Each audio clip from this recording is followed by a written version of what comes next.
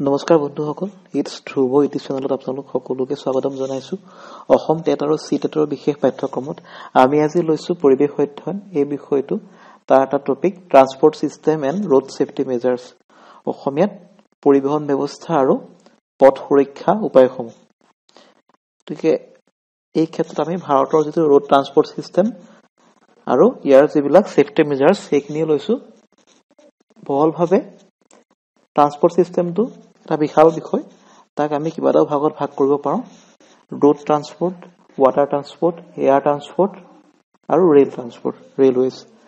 গতিকে প্ৰতিটো বিষয়ে আমি যিবিলাক মূল পইণ্ট সেইবিলাক আমি হাইলাইট কৰিম।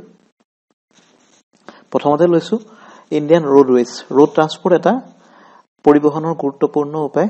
ভাৰতৰ যিগৰাকী বৰ্তমান ৰোড ট্ৰান্সপৰ্ট মিনিষ্টাৰ তেওঁ হৈছে নীতিন জয়ৰাম গাডকাৰী। ৰোড ট্ৰান্সপৰ্টৰ ভিতৰত গুৰুত্বপূৰ্ণ ভূমিকা লোৱা বিষয়টো হৈছে নেশ্যনেল হাইৱে, ৰাষ্ট্ৰীয় ঘাইপথ।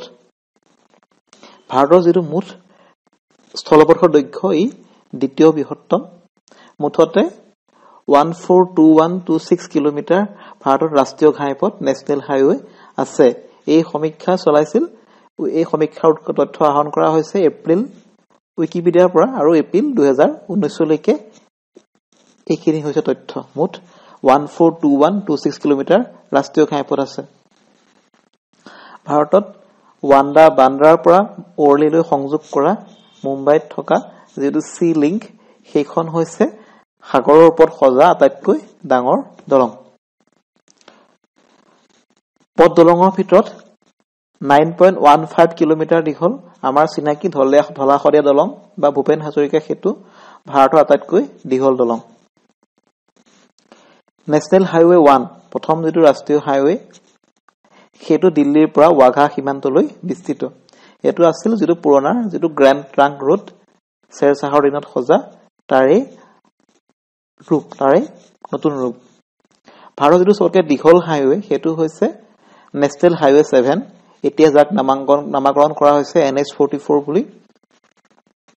বাৰাণসীৰ পৰা কন্যাকুমাৰীলৈকৈ মুঠ 374 কিলোমিটাৰ পথ ই বিস্তৃত হৈ আছে।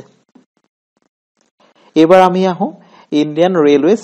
ভাৰতৰ যিটো ৰেল পৰিবহন ব্যৱস্থা এই বিশ্বৰ ভিতৰত অন্যতম এটা দীৰ্ঘতম ব্যৱস্থা। ভাৰতৰ বৰ্তমান যিগৰাকী ৰেল মন্ত্ৰী তেখেতৰ নাম হৈছে পীযুষ গোৱেল। ভাৰতৰ ৰেলৱে এছিয়াৰ দীৰ্ঘতম আৰু বিশ্বৰ দ্বিতীয় দীৰ্ঘতম ৰেল নেটৱৰ্ক। ভাৰতৰ প্ৰথমখন ৰেল চলিছিল 1853 16 এপ্ৰিলত মুম্বাইৰ পৰা থানেৰ মাজত। অসমৰ প্ৰথমখন ৰেল চলিছিল 1881ত মাৰ্ঘেৰিটা আৰু ডিব্ৰুগড়ৰ মাজত।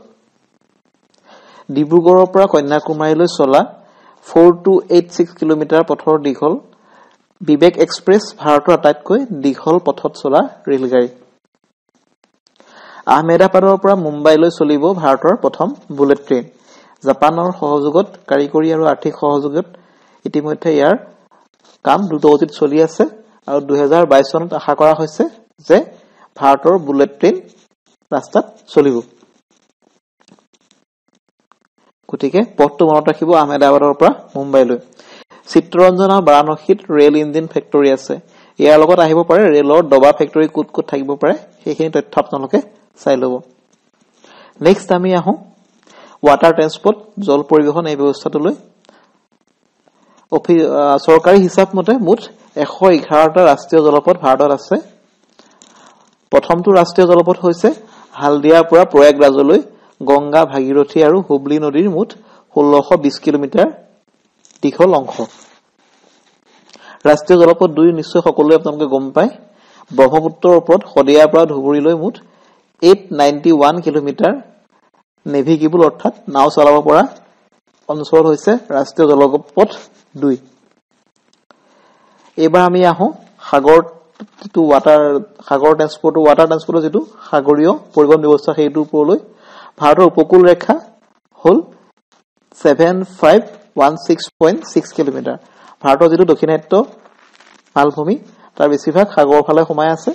গতিকে যদি সকলোবিলাক যোগ কৰা যায়, তাৰোপৰি ভাৰতৰ যিবিলাক আন্দামান দ্বীপ আৰু আন্দামান নিকোবৰ দ্বীপপুঞ্জ আৰু লাক্ষাদ্বীপ দ্বীপপুঞ্জ সেইবিলাকত থকা সাগৰৰ কাষত থকা অঞ্চলবিলাক যদি যোগ কৰা যায় তেতিয়া মুঠ উপকূল ৰেখা হয় 7516.6 কিলোমিটাৰ। সাগৰীয় বাণিজ্য পৰিবহনত মূল ভূমিকা গ্ৰহণ কৰা মুখ্য পোৰ্টসমূহ ভাৰতত মুঠ 13টা পোৰ্ট আছে। ইয়াৰে 12টা চৰকাৰী পোৰ্ট আৰু এটা বেচৰকাৰী পোৰ্ট। চৰকাৰী পোৰ্টবিলাকৰ ভিতৰত অন্যতম হৈছে মুম্বাই, কলকাতা, হালদিয়া, পাৰাদ্বীপ, বিশাখাপট্টনম, চেন্নাই, মুৰ্মুগাঁও ইত্যাদি। ভাৰতৰ একমাত্ৰ যিটো বেচৰকাৰী পোৰ্ট সেইটো আছে মুন্দ্ৰাত, গুজৰাটৰ মুন্দ্ৰাত, আৰু এইটো চলায় আদানী গ্ৰুপে। ই হৈছে একমাত্ৰ বেচৰকাৰী পোৰ্ট বা অসমীয়াত তাক কয় বন্দৰ বা পোতাশ্ৰয়।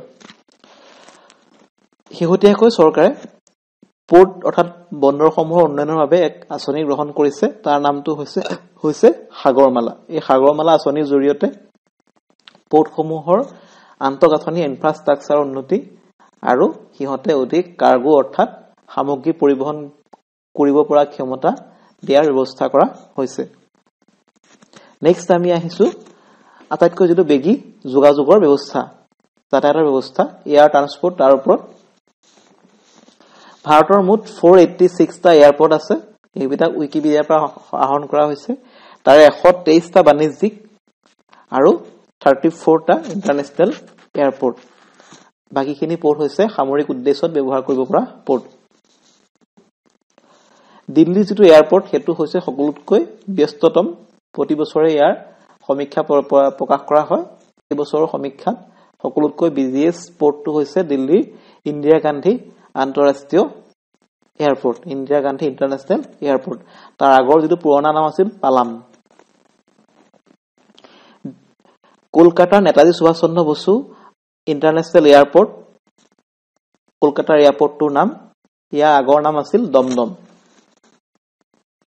অসমত আছে যিটো একমাত্ৰ আন্তঃৰাষ্ট্ৰীয় এয়াৰপৰ্ট, তাৰ নাম হৈছে লোকপ্ৰিয় গোপীনাথ বৰদলৈ ইণ্টাৰনেশ্যনেল এয়াৰপৰ্ট। এইটো নিশ্চয় সকলোৱে গম পায়। মুম্বাইত থকা যিটো ইণ্টাৰনেশ্যনেল এয়াৰপৰ্ট তাৰ নামটো হৈছে ছত্ৰপতি শিৱাজী মহাৰাজ আন্তঃৰাষ্ট্ৰীয় এয়াৰপৰ্ট। তাৰ আগৰ নাম আছিল সান্তাক্ৰুজ। ঠিক একেদৰে যিটো বাংগালোৰৰ এয়াৰপৰ্ট তাৰ নামটো হৈছে কেম্পেগৌড়া। নেক্সট আমি আহিছো ৰোড ছেফটি মেজাৰ্ছ, পথ সুৰক্ষা ব্যৱস্থাসমূহৰ ওপৰত। ইয়াৰ ওপৰত কিছুমান পইণ্ট যুগুতাই আনিছিলো, আপোনালোকে চাব পাৰে। ৰোড ছেফটি বিল 2016 চনত গ্ৰহণ কৰা হয় আৰু ইয়াৰ মৰ্মে পথ পৰিবহন আৰু পৰিবহন বিভাগে 4টা ক্ৰমে ইঞ্জিনিয়াৰিং, এনফোৰ্সমেন্ট, এডুকেশ্যন আৰু ইমাৰ্জেন্সি কেয়াৰ এই ভিত্তিত পথ পৰিবহন ব্যৱস্থা আগবঢ়োৱাৰ সিদ্ধান্ত গ্ৰহণ কৰিছে। চৰকাৰে 2017 চনৰ এপ্ৰিল মাহৰ পৰা automatic headlight on AHO feature supreme কোৰ্টৰ নিৰ্দেশ মতে বাধ্যতামূলক কৰিছে। অৰ্থাৎ এপ্ৰিল 2017 চনৰ পৰা ভাৰতত উৎপাদিত হোৱা প্ৰতিখন গাড়ীত হেডলাইট সদায় অন থাকিব, দিনতো অন থাকিব। আৰু 2020 চনৰ এপ্ৰিল মাহৰ পৰা ভাৰতত উৎপাদিত প্ৰতিখন গাড়ীত ন্যূনতম সুৰক্ষা ব্যৱস্থা থকাটো বাধ্যতামূলক হ'ব, মিনিমাম সেফটি ফিচাৰ্ছ। ইয়াৰ ভিতৰত আছে ABS এন্টি লক ব্ৰেকিং সিস্টেম, ফ্ৰণ্ট আৰু ড্ৰাইভাৰ আৰু পেছেঞ্জাৰ এয়াৰবেগ আগৰ শাৰীত থকা, আৰু প্ৰতিখন গাড়ীৰ ক্ৰেছ টেষ্ট কৰা হ'ব। অৰ্থাৎ খুন্দিয়াই পৰীক্ষা কৰি কোনখন কিমান সুৰক্ষিত সেইটো চোৱা হ'ব। মটৰ ভেহিকল এক্টৰ সংশোধনী নিয়মসমূহ যোৱা 1 ছেপ্টেম্বৰ 2019 চনৰ পৰা কাৰ্যকৰী কৰা হৈছে। এই সংশোধনী নিয়ম মতে যিটো আগৰ আছিলে পথৰ নিয়ম উলংঘন কৰিলে যিটো জৰিমনা দিয়া হয় সেইটো ড্ৰাষ্টিকেলি ব্যাপক হাৰত বৃদ্ধি কৰা হৈছে। তদুপৰি অন্যান্য যিবিলাক শাস্তিমূলক ব্যৱস্থা সেইবিলাকো সংশোধন কৰা হৈছে।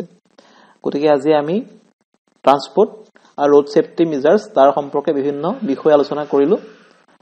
আপোনালোকে নিশ্চয় যদি উপকৃত হৈছে বুলি আশা কৰিছো আৰু আগন্তুক পৰীক্ষালৈ সকলোৰে শুভেচ্ছা থাকিল। ধন্যবাদ।